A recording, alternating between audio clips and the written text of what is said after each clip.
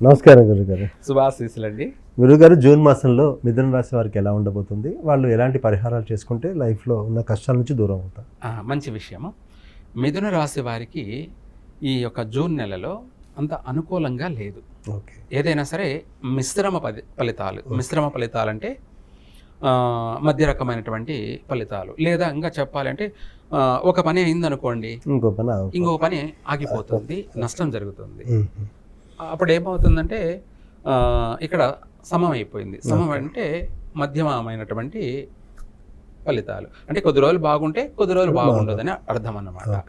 అయితే మొత్తం మీద ఈ మాసంలో ఈ మిథున రాశి వారికి ఎక్కువగా చికాకులు, ఏదైనా చెయ్యాలి అన్న ఇంట్రెస్ట్ లేకపోవడం, ఏదైనా ఒక పని చేయాలి, ఒక వ్యాపారం చేయాలంటే దానికి సహకారం కలగదు.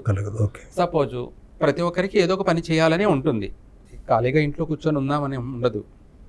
వ్యాపారం పురుష లక్షణం, చేయాలని ఉంటుంది, కానీ చేతిలో పైసా సొమ్ము లేదు. సరే, మనము ఏదన్నా పెట్టుబడి పెట్టి చేద్దాము, మన దగ్గర లేదు కదా, ఎవరినైనా అడిగి తీసుకొని చేద్దాము, సంపాదించి మళ్ళీ తీర్చుకుందాము అని చెప్పేసి తనలో మంచి ఆలోచనే వస్తుంది. అది మంచి ఆలోచనే, కానీ ఎవరినైనా అడిగితే వాడు ఇవ్వకపోవడం. ఓకే. అప్పుడు ఏమవుతుందంటే, అంటే మనిషికి ఆ చెయ్యాలన్న ఉత్సాహం ఏది ఉండిందో అది తగ్గిపోతుంది అనమాట. అంటే మళ్ళీ ప్రయత్నం చేసి చేద్దాము అన్నంత, ఎందుకంటే మనకు సహకారం అనేది రూటు దొరకడం లేదు. అందువల్ల ఏది చేయాలన్నా మనిషికి చేద్దామన్నటువంటి సపోర్టు లేకపోవడం వల్ల నిరుత్సాహము, కొంత ఆందోళన, చికాకులు. ఈ రాశి వాళ్ళకి కుటుంబ సభ్యులతో కూడా మనస్పర్ధలు. అంటే కుటుంబ సభ్యులు అంటే తల్లిదండ్రులు కావచ్చు, భార్య కావచ్చు, లేదంటే పిల్లలు కావచ్చు, లేదంటే అన్నదమ్ముల వల్ల కావచ్చు, లేదా అక్క చెల్లెల వల్ల కావచ్చు, వాళ్ళతో కాస్త మనస్పర్ధలు. ఒకవేళ పెట్టుబడులు పెట్టి ఏదైనా తెచ్చి వ్యాపారం చేసినా కూడా ఆ వ్యాపారం అనేది డెవలప్మెంట్ కాకపోవడం. అంటారు కదా, ఈగలు తోలుకుంటున్నారు అన్నట్టుగా, ఆ టైప్లో ఆ వ్యాపారం చేసినా కూడా సేమ్ అంతే. లాభం అనేది లేకపోక మళ్ళీ వీడు చేతుల కష్టం కూడా తిరిగి వృధా అయిపోయే పరిస్థితులు ఎక్కువగా ఉన్నాయి. కాబట్టి ఈ మిథున రాశి వాళ్ళు నూతన వ్యాపారాలు ఏదైనా సరే చేయొద్దు, తర్వాత చేసుకోవచ్చు. అలాగని ప్రతి మాసం అలాగే ఉండదు. ఇక్కడ ఏ మాసం అయితే బాగా గ్రహాలు అనుకూలంగా ఉన్నాయో అప్పుడే మొదలెడితే మంచిది. అంతే. మరి గ్రహాలు అనుకూలంగా ఉన్నాయనుకో, శత్రువు కూడా మిత్రుడవుతాడు, శత్రువు కూడా మిత్రుడవుతాడు.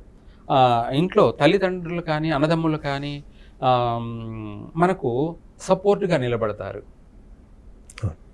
సపోర్ట్గా అంటే మాట పరంగా సపోర్టే ఉంటుంది, ఆర్థిక పరమైనటువంటి సహాయాలు కూడా చేస్తారు.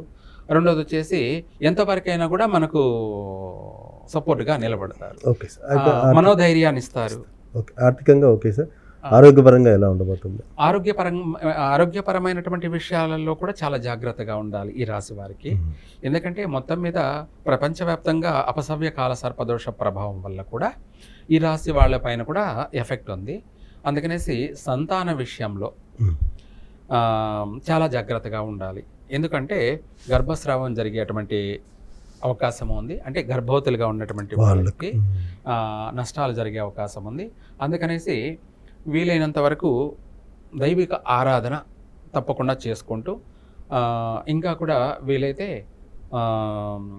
కుక్కలకి, అంటే కాలభైరవుడు అంటారు, కుక్కలకి ఏదైనా సరే వెళ్ళు నువ్వులు కలిపి అన్నంలో నువ్వులు కలిపి, అది తెల్ల నువ్వులైనా సరే నల్ల నువ్వులైనా సరే, అన్నంలో నువ్వులు కలిపి ఆదివారం రోజు కానీ, లేదంటే శనివారం రోజు కానీ, లేదా ప్రతిరోజైనా సరే, అంటే ప్రతిరోజు చేయమంటే కొందరికి కుదరకపోవచ్చు.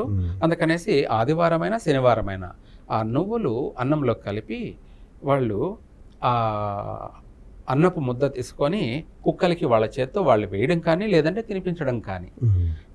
లేదు, ఇంకా కూడా పరిహార మార్గం, బలమైనటువంటి పరిహార మార్గం ఏంటంటే, అన్నంలో నువ్వులు కలిపి ఆ అన్నం ముద్ద తీసుకొని మన తల మీద నుంచి 3 సార్లు తిప్పి కుడివైపుకి 2 సార్లు రివర్స్ తిప్పి ఆ కుక్కకు వేసినట్టయితే మన అపసవ్య కాలసర్పదోషం అనేది ఎలా ఉందో అంటే మన జీవితంలో మనకు 7 తరాల నుంచి కూడా అంటే మనకు వంశపారంపర్యంగా వస్తున్నటువంటి గ్రహ పీడలైనా సరే, లేదంటే పితృదోషాలైనా సరే, లేదా ఈ కాలసర్పదోషాలైనా సరే, ఎటువంటి సర్పదోషాలైనా సరే, ఇవన్నీ కూడా పటాపంచల్. చాలామంది పితృదోషాలున్నాయి, మీరు అక్కడికి వెళ్ళండి ఇక్కడికి వెళ్ళండి అని కూడా చెప్తుంటారు కదా. అవసరమే లేదు. మనము మన ఇంట్లోనే మనం చేసుకున్న అన్నం నిండు కుండలోనే మొదటిగా ఒక ముద్ద తీసేసుకొని ఆ ముద్దలో మనము కొన్ని నువ్వులేసి బాగా ముద్దగా చేసుకొని ఆ ముద్దని మన తలపై నుంచి 3 సార్లు కుడివైపుకు తిప్పి 2 సార్లు ఎడం వైపుకు తిప్పి అంటే మన సర్వ కర్మలన్నిటినీ కూడా అది రిసీవ్ చేసుకుంటాం. మ్యాగ్నెట్ లాగా అన్నపు ముద్ద, అందులో నువ్వులు ఉన్నాయి కాబట్టి ఈ నువ్వులు ఏంటంటే పితృదోష నివారణ కోసం.